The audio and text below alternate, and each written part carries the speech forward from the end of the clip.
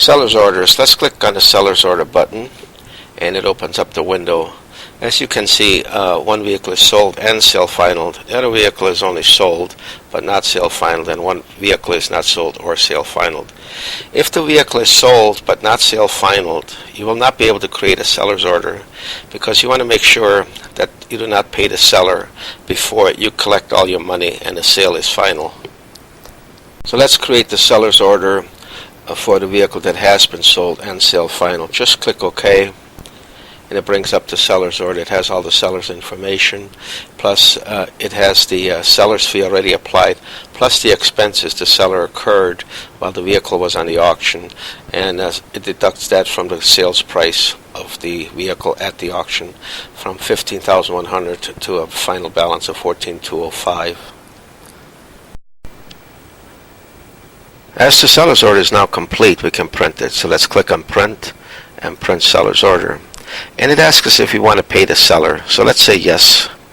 But it's telling us we need to enter a check number because we don't have a check number entered yet. So click OK, and it opens up the checkbox. So let's right mouse click and select the next check number in sequence. It automatically selects the last account used for seller's orders, and it pays the amount of $14,205. And now we're again ready to print. So let's print and click Print Seller's Order. It again asks us if we want to make payment to the seller. We say yes, and it puts out a check. So we post a check and quit. And now it asks us if we want to print a vehicle expenses for the seller's order. So let's say yes.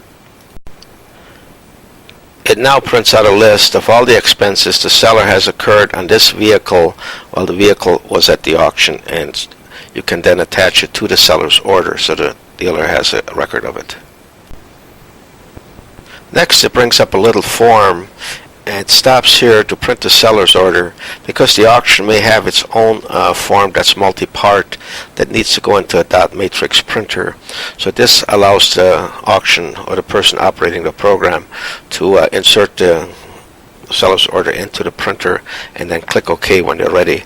In this case, let's preview the seller's order and then click OK. This is one of several versions of seller's orders that the program provides that print on plain paper. As you can see, this particular vehicle is a Class B or a yellow light vehicle. It gives the information about the vehicle and all the pricing information for the vehicle, the seller's fee, the expenses, and at the bottom it has the conditions of the sale. And at the very bottom it has the seller's signature, and also at the very bottom, we can't see it here, but it also has the signature of the auction management authorizing the seller's order.